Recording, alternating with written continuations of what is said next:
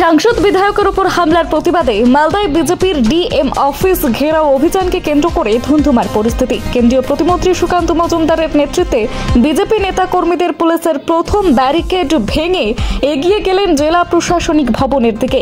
যদিও আন্দোলনকারীরা আটকা পড়েন পুলিশের দ্বিতীয় বড় ব্যারিকেডের কাছে। সেখানে আন্দোলনকারী বিজেপি নেতা কর্মীদের বাধা পেয়ে ব্যারিকেডের ওপর দলীয় ঝান্ডা তুলে ধরে জোরদার বিক্ষোভ দেখায়।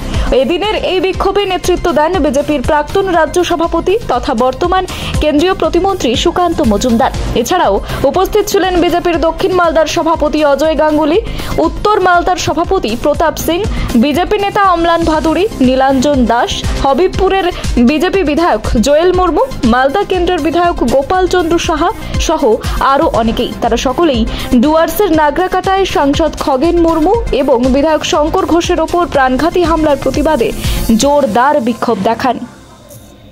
Bureau report, news hunt TV. Police কাজ করছে না তো ঠিক মতো। এমনিতে যারা ধরা পড়েছে তাদের নামগুলো দেখেই তো পুলিশ পেছন দিকে চলে যাচ্ছে। ধরবো কি ধরবো না ভাবছে, কারণ ওদের ক্ষেত্রে ধরার ক্ষেত্রে দিদিমণি নিষেধ আছে। আজকে মুখ্যমন্ত্রীর জন্য বাংলার মানুষের মান সম্মান হেড হয়ে, আমরা তো নিজেদের মেয়েদেরকে বাঁচাতে পারছি না, উড়িষ্যা থেকে যে এসে তাকেও বাঁচাতে পারছি। বলছি তৃণমূলের বিভিন্ন বিধায়ক সাহেবরা বন্দ্যোপাধ্যায় অতুল পাত্র এসআইআর চালু হলে বলছে বিজেপি যারা পুলিশের ব্যাটা হলে পুলিশকে সরিয়ে আসুন, পুলিশকে সরিয়ে আসুন, আমরা বুঝিয়ে দেবো কত ধানে কত চাল।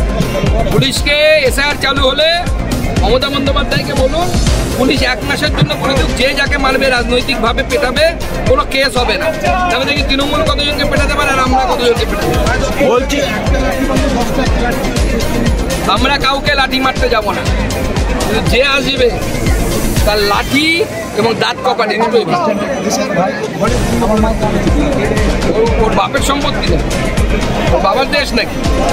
নির্বাচন কমিশন ক্ষমতা থাকলে নির্বাচন কমিশনকে গিয়ে ঘরে বন্ধ করুন, ওর ঘরে নির্বাচন কমিশনকে ঘেরাও করুক না, দেখি কত বড় বাপের বেটা দিল্লি যাক।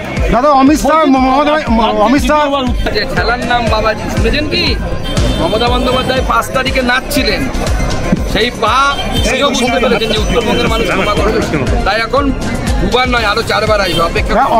আমাকেও তো 4 বার গেছিল হারানোর জন্য। আমার লোকসভাতে মমতা বন্দ্যোপাধ্যায় 4টি বিধানসভায় 4টি সভা করেছিলেন, তাও হেরেছে, আবার হারাবো।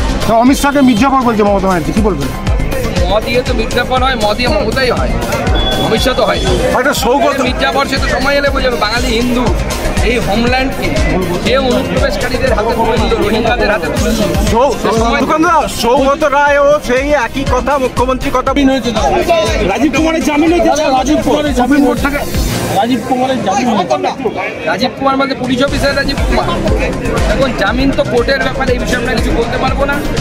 শুধু এটুকুই বলবো এই সমস্ত অফিসাররা যেভাবে সংবিধানকে তাকে রেখে কাজ করেছে, আদালতের এটাকে জামিন দেওয়ার আগে 10 বার ভাবা উচিত।